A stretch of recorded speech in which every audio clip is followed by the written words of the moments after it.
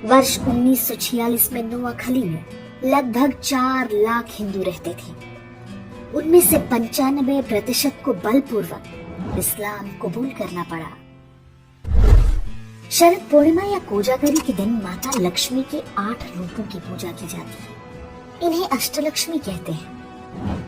इनमें से एक रूप वीर लक्ष्मी का है। इस रूप में माता धन धान्य के साथ अपने हाथों में चक्र, गदा और धनुष बाण भी धारण करती हैं।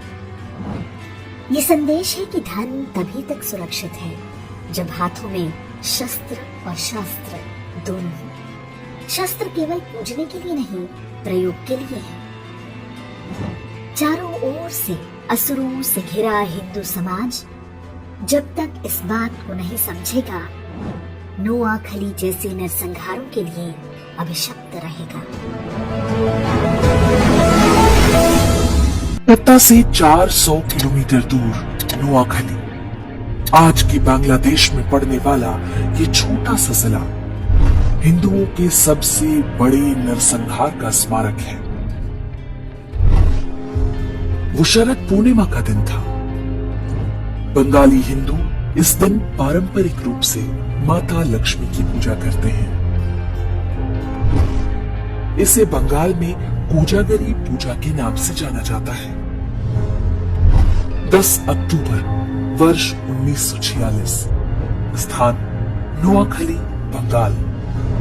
सूफी दरगाह दायरा शरीफ के खादिम पीर गुलाम सरवर ने 20,000 मुसलमानों को संबोधित करते हुए कहा, अपने खेतों में तुम जो चावल उगाते हो उसे कौन खाता है? हिंदू खाते हैं। हिंदुओं की औरतें सुंदर क्यों होती हैं? क्योंकि उन्हें अच्छा खाना मिलता है। हमारी औरतें बीमार पड़ती हैं तो उन्हें अपने हाथों से कौन टटोलता है? हिंदू डॉक्टर।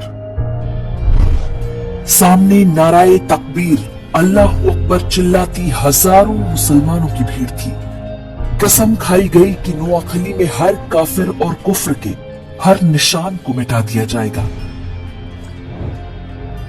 बिल्कुल वैसे ही जैसे लगभग 2 महीने पहले कलकत्ता में डायरेक्ट एक्शन डे के नाम से हुआ था। कलकत्ता की ही तरह हाथों में चाकू और गंडासे लिए जिहादी भीड़ ने चुन चुन कर हिंदू पुरुषों को मारना और हिंदू महिलाओं से बलात्कार शुरू कर दिया। हिंदुओं की दुकानों और मकानों में आग लगाया जाने लगा।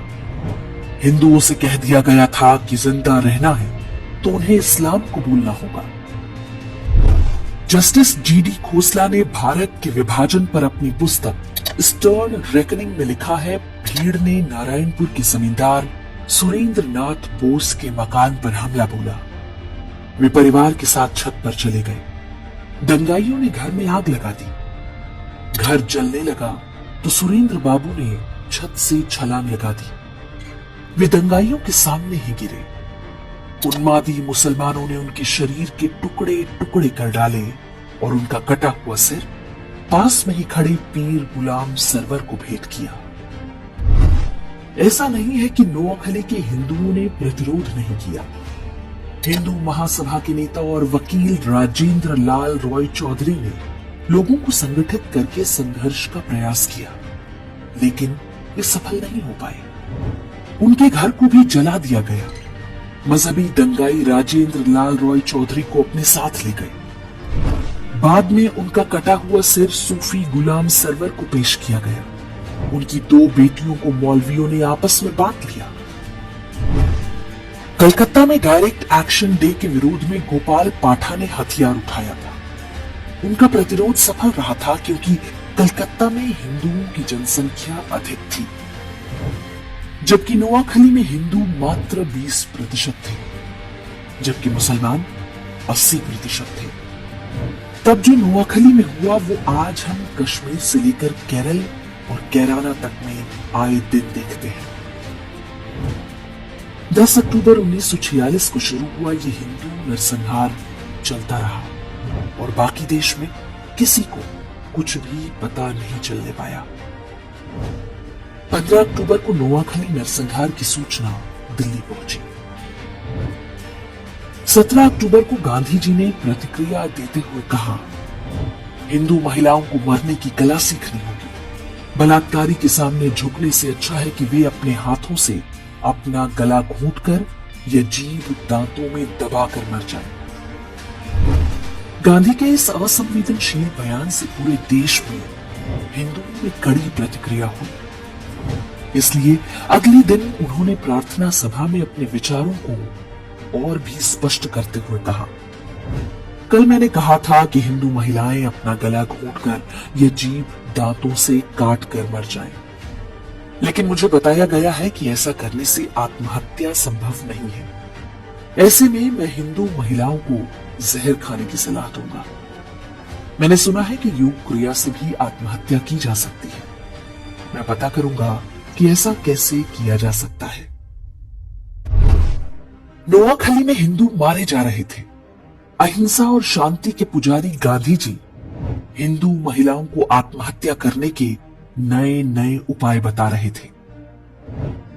नोआखली और आसपास के क्षेत्रों में जिहादी निर्वस्त्र हिंदू महिलाओं के जुलूस निकाले जा रहे थे। लेकिन गांधी शांति और अहिंसा की अपनी विकृत धारणा का सार्वजनिक प्रदर्शन पूरी निर्लज्जता से करते रहे।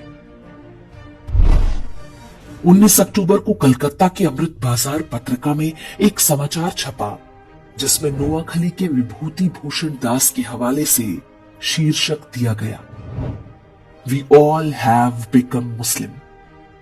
इसमें बताया गया कि नोआखली में अधिकांश हिंदू पुरुषों को काट डाला गया है। महिलाओं और बच्चों को जबरन मुसलमान बना दिया गया। उन्हें गोमांस खिलाया जा रहा है और 5 वक्त नमाज पढ़ने का आदेश दिया गया है। बंगाल के तत्कालीन गवर्नर ने भी अपनी रिपोर्ट में इसकी पुष्टि की। नोआखली में जिन पुरुषों की हत्या की गई, उनकी विधवाओं का निकाह उनके ही पति के हत्यारे के साथ पढ़वाया गया। बूढ़े मौलवियों की गिद्ध दृष्टि छोटी बच्चियों पर थी, जिन्हें वे अपनी हवस का शिकार बना सके। गांधी के कहने पर कांग्रेस के तत्कालीन अध्यक्ष आचार्य कृपलानी और उनकी पत्नी सुचेता कृपलानी नोआखली के दौरे पर गए। आचार्य कृपलानी ने अपनी पुस्तक Gandhi his life and thoughts में लिखा है कि हमारी मुलाकात बंगाल के मुख्यमंत्री सुहरावर्दी और गवर्नर फ्रेडरिक बरोज से हुई। जब मैंने हिंदू महिलाओं के अपहरण और बलात्कार की बात पूछी तो गवर्नर बरोज ने उत्तर दिया, यह तो होना ही था। हिंदू महिलाएं मुस्लिम महिलाओं की तुलना में अधिक सुंदर होती हैं। मेरा मन किया कि मैं उन्हें वहीं पर पीट दूं, लेकिन मैंने खुद को रोक लिया। सुचेता कृपलानी ने कुछ हिंदू महिलाओं को बचाकर राहत कैंपों तक लाने में सफलता पाई। पीर गुलाम सरवर हुसैनी इस बात से इतना भड़क गया कि उसने फतवा जारी करके कहा कि जो भी सुचेता कृपलानी के साथ बलात्कार करेगा उसे गाजी की उपाधि दी जाएगी। इसका परिणाम हुआ कि सुचेता कृपलानी हर समय अपने साथ जहर का कैप्सूल रखा करती थी। नोआखली नरसंहार शुरू होने के पूरे 1 महीने बाद गांधी ने वहां का दौरा किया। वे सबसे पहले पास के तिपरा नाम के स्थान पर गए। यहां दंगा पीड़ित हिंदुओं के लिए राहत शिविर चला रही सुचेता कृपलानी के साथ गांधी की मुलाकात हुई। उनके काम से खुश होने के बजाय गांधी जी ने सुचेता कृपलानी से कहा कि कैंप में रह रही हिंदू महिलाओं को निशुल्क खाना ना दिया जाए, बदले में उनसे काम कराया जाए। गांधी जी ने सुचेता कृपलानी को यह निर्देश भी दिया कि वे इन हिंदू महिलाओं से कहें कि वे वापस अपने गांव में जाकर मुसलमानों के साथ मिलजुल कर रहें, चाहे उनकी जान ही क्यों ना चली जाए। नाथूराम गोडसे और उनके मित्र नारायण आप्टे भी तब नोआखली गए थे। वहां पर वे राहत कैंपों में रह रहे हिंदुओं की सेवा करते थे। गोडसे और आप्टे ने वहां जो कुछ देखा और गांधी की बातें सुनी, ये कहना गलत नहीं होगा कि वही आगे चलकर गांधी की हत्या का कारण बना होगा।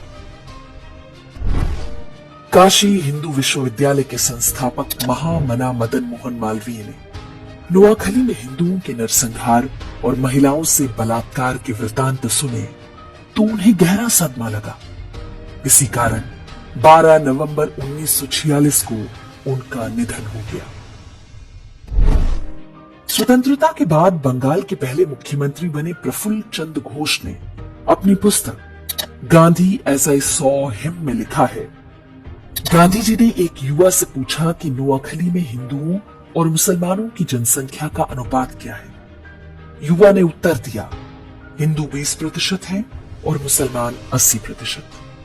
गांधी जी ने पूछा, जमीनें किस अनुपात में हैं? युवक ने बोला, 80% जमीनें हिंदुओं की हैं और 20% मुसलमानों की। तब गांधी ने कहा, संघर्ष का असली कारण यही है।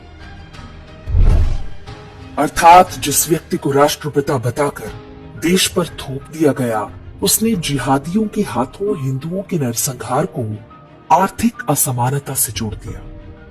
जबकि नोआखली में रहने वाले हिंदुओं में बड़ी संख्या अनुसूचित जातियों की भी थी। ये लोग बहुत निर्धन थे।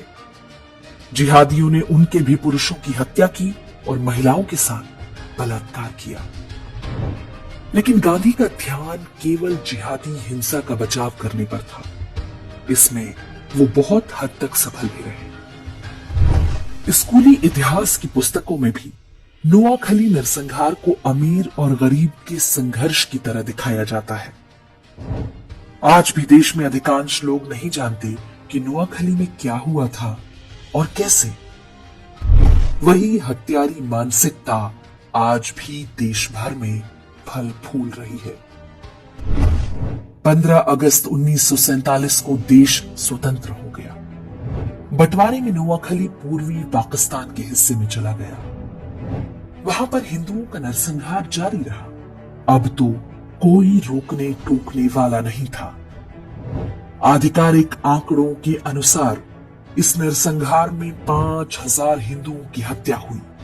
हालांकि दावा किया जाता है कि वास्तविक संख्या 50,000 से कम नहीं होगी। वर्ष 1946 में नोआखली में लगभग 4 लाख हिंदू रहते थे। उनमें से 95% को बलपूर्वक इस्लाम कबूल करना पड़ा। शरद पूर्णिमा या कोजागरी के दिन माता लक्ष्मी के 8 रूपों की पूजा की जाती है। इन्हें अष्टलक्ष्मी कहते हैं। इनमें से एक रूप वीर लक्ष्मी का है। इस रूप में माता धन धान्य के साथ अपने हाथों में चक्र, गदा और धनुष बाण भी धारण करती हैं। ये संदेश है कि धन तभी तक सुरक्षित है जब हाथों में शस्त्र और शास्त्र दोनों हो। शस्त्र केवल पूजने के लिए नहीं, प्रयोग के लिए है।